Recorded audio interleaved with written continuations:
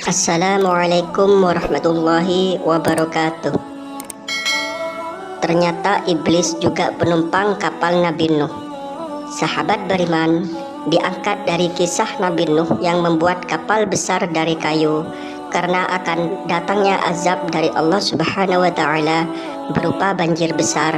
Setelah azab itu datang, ternyata iblis juga menjadi penumpang dari kapal Nabi Nuh tersebut.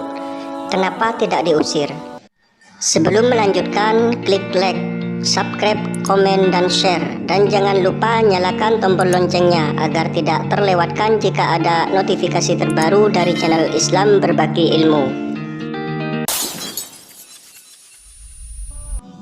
Sahabat beriman, Nabi Nuh adalah keturunan ke-10 dari Nabi Adam alaihissalam.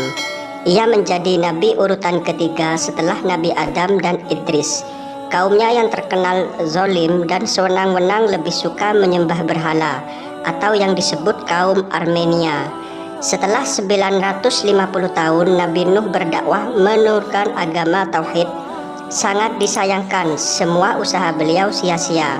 Hingga pada akhirnya Allah memerintahkan Nabi Nuh untuk membuat perahu besar sesuai dengan firman Allah Subhanahu wa Ta'ala. Bismillahirrahmanirrahim. Wasna'il fulka bi'ayunina wa wahyina wa la tukhatibni fil ladzina zalamu innahum mughraqun, yang artinya, dan buatlah kapal itu dengan pengawasan dan petunjuk wahyu kami, dan janganlah engkau bicarakan dengan aku tentang orang-orang zalim, sesungguhnya mereka itu akan ditenggelamkan. Quran Surat Hud ayat 37. Perahu yang dibuat Nabi Nuh itu bagian depannya seperti kepala burung merak, belakangnya seperti ekor ayam, paruhnya seperti paruh Raja Wali, sayapnya seperti sayap burung Garuda, dan wajahnya seperti wajah burung merpati.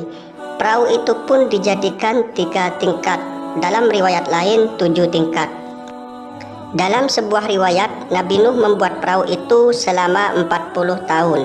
Setelah perahu selesai, kemudian Allah menjadikan bahtera itu bisa berbicara. Perahu itu pun berbicara dengan keras. Tidak ada Tuhan kecuali Allah, Tuhan bagi orang-orang terdahulu dan orang-orang yang terakhir. Aku adalah bahtera. Barang siapa naik ke atasku, maka dia akan selamat. Dan barang siapa menghindar dariku, dia akan binasa. Meskipun perahu itu terdiri dari 3 lantai, yakni lantai atas ditempati manusia, tingkat tengah ditempati makanan dan barang-barang, dan lantai bawah untuk hewan-hewan, tapi kapasitasnya tetap terbatas. Di saat Nabi Nuh memasukkan hewan-hewan hingga hewan terakhir, yakni khimar atau keledai, iblis masuk ke kapal dengan cara bergelantungan di ekor hewan khimar tersebut. Saat Nabi Nuh melihatnya, beliau berkata, "Hai musuh Allah, siapa yang memperbolehkanmu masuk?" Iblis pun menjawab, "Saat kau berkata kepada himar, masuklah meskipun setan bersamamu." Nabi Nuh berkata, "Keluarlah dari sini." Iblis pun menjawab, "Tolong biarkanlah diriku, sesungguhnya aku telah ditangguhkan." Maka Nabi Nuh menyuruhnya duduk di sebuah ruangan.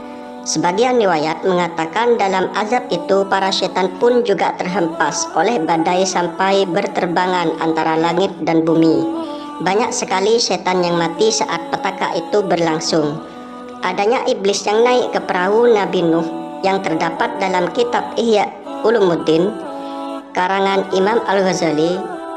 Dalam riwayat ini Nabi Nuh menjumpai iblis dalam wujud orang tua yang tidak dikenalnya. Konteks percakapannya yaitu, "Kenapa kamu masuk ke sini?" tanya Nabi Nuh. Iblis menjawab, "Aku akan merebut hati para pengikutmu sehingga hati mereka bersamaku dan badannya bersamamu." Kemudian Nabi Nuh berkata, "Keluarlah hai musuh Allah, sesungguhnya kamu telah dilaknat." Dalam azab itu, air bah menggenang dan menenggelamkan daratan.